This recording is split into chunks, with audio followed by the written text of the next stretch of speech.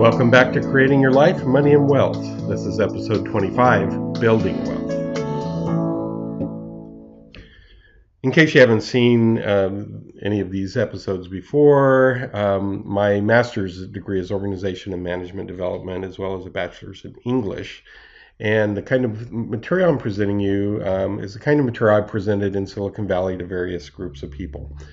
The thing about building wealth, we're going to continue talking about what we talked about last time. What is wealth, and what other kinds of wealth are there other than labor-saving wealth? And I use the example of Gold Island. You may recall the metaphors of Gold Island, Iron Island, and Silver Island. I'm going to focus a little bit on Gold Island before we extend to the next types of wealth, especially community building wealth. So hi, I'm Mark Andre Alexander, and we're going to talk about virtue first. Why Gold Island is the way it is, and how it could also apply to Silver Island. What are virtues? Virtues aren't talked about as much anymore, except usually people would regard it by certain kind of religious groups and such, but virtues apply to everybody, no matter what one's spiritual orientation is. Virtuous people can help themselves and grow a community voluntarily, and that's what we have on Gold Island. And I use Gold Island to simplify things so that we can talk about wealth in a kind of pristine environment before talking about the complexities of the kind of world we live in today. Some of the virtues are honesty and integrity, mutual trust and respect, teamwork. These all grow out of each other. The virtues of honesty and integrity. Integrity comes from a Latin root integritas, which means the same on the inside as on the outside. So a person with integrity, they say what they mean and they mean what they say. You never have to second guess what their actual meanings are. And when you have people who have proven themselves to be honest with integrity, out of that can develop a kind of mutual trust and this kind of respect. And this is the foundation for teamwork. If you're going to talk about communities and communities who build wealth together, teamwork is critical. So honesty, integrity is the foundation for mutual trust and respect, which is the foundation for teamwork. Virtuous people have a moral conscience. There's no need for laws or force for what they do. They regulate themselves. This is what the purpose of a moral conscience is. When people practice virtue, when they're raised in a culture that talks about virtues and rewards virtues, the moral conscience of a people develops. It's important because then they can regulate themselves. As you bring in government regulation, there's always a certain point where you're beginning to regulate people externally, and as a consequence, if you go too far in external regulation, you begin replacing this internal regulation.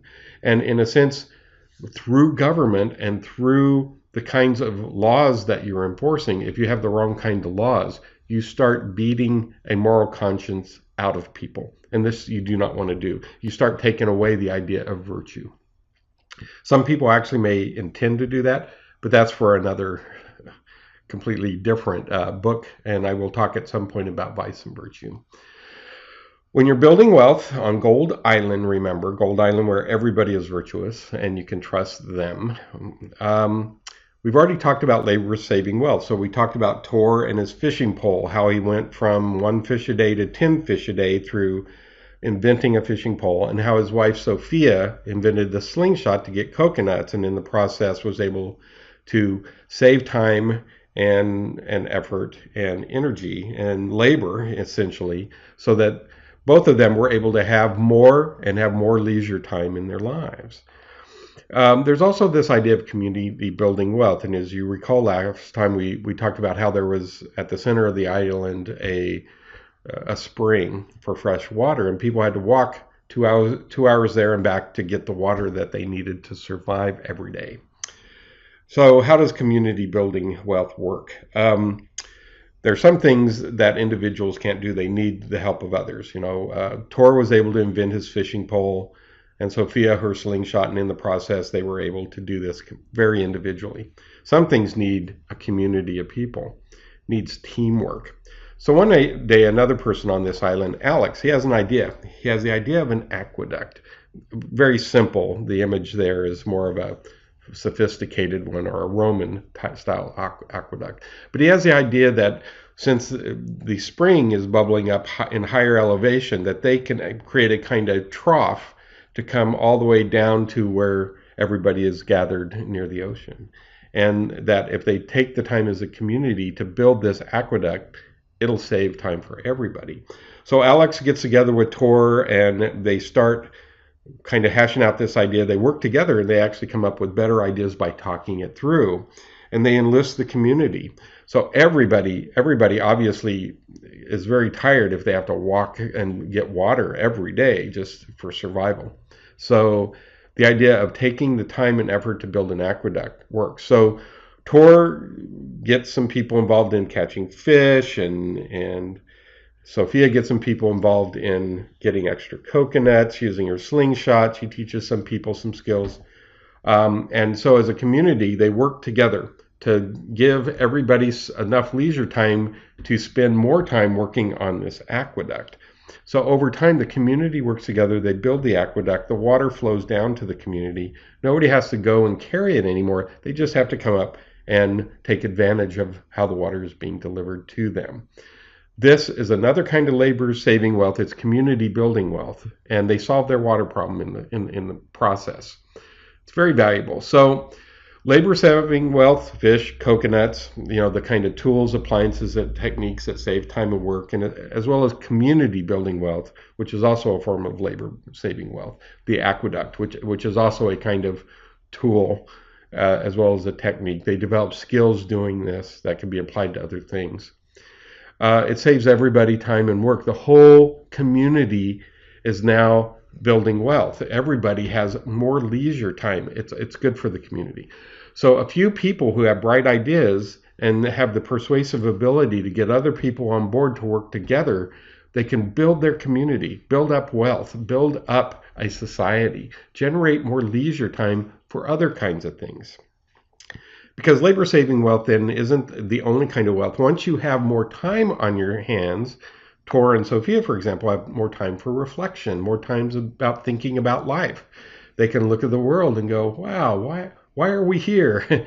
They can write, they can begin writing things. They can write poems. They can write songs. They can develop skills that are entertaining and things that people value. In other words, they begin creating leisure-enhancing wealth, stories, music, arts and crafts, the kind of things that make leisure time worthwhile and that other people can partake of. Sophia develops her singing ability and writes these great songs and goes to the public during their leisure time and sings for them. And other people begin to get the idea, oh, I have time too, I can sing too. So they get together and they build a choir. Stories, philosophies, all kinds of things can come out of this. It also gives people time to reflect and invent other things, other ways of saving people's labor and improving their leisure time, things that enhance the community. This is how wealth is built. In both cases, it takes skills and work to create wealth. It takes sacrifice, sometimes shared sacrifice in the case of the aqueduct, time and effort and energy, and creative imagination. Creative imagination is at the heart of real, true, and honorable wealth building. Again, this is Gold Island. That's what up in the right. I have the little Gold Island symbol. Later on, we'll talk about Iron Island, and you'll see Iron Island symbol up there. And then Silver Island, which is more like our real world, and that symbol is up there. But let's review. What does wealth do? It frees people from drudgery, from mere survival, grants them time to do other work or to play, to do things, leisure-enhancing kind of activities. Wealth is essentially good. It has intrinsic value. In other words, it has value in and of itself. The fish that Tor catches, the extra fish that he's able to salt and store away, that's wealth. And it has intrinsic value, and everybody wants it. Same with the coconuts and same with the water. All have value in and of themselves. So do the arts. These kind of things, people, if I write a song, people want to hear me sing it. They will value that. It brings beauty and love into their lives. Like debt, wealth is a habit. Wealthy people realize that life is not about luck, it's about imagination, and effort. Remember, in the Creating Your Life episodes, we talked about locus of control and how some people have an external locus of control. They believe that life happens to them, whereas other people have an internal locus of control, that they make life happen. If you're one of the people that believes life is luck and it just happens to you and there's not much you can do about it, you're going to have a life that's going to be dependent on other people's wealth. Their ability to give to you, or their willingness to.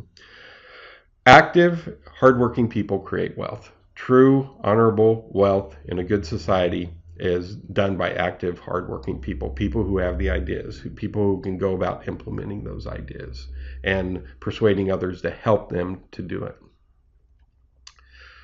What's missing from the picture so far? Well, a couple interesting things. What's missing? There's no money needed for wealth to be created. All of this wealth that's been talked about so far has nothing to do with money.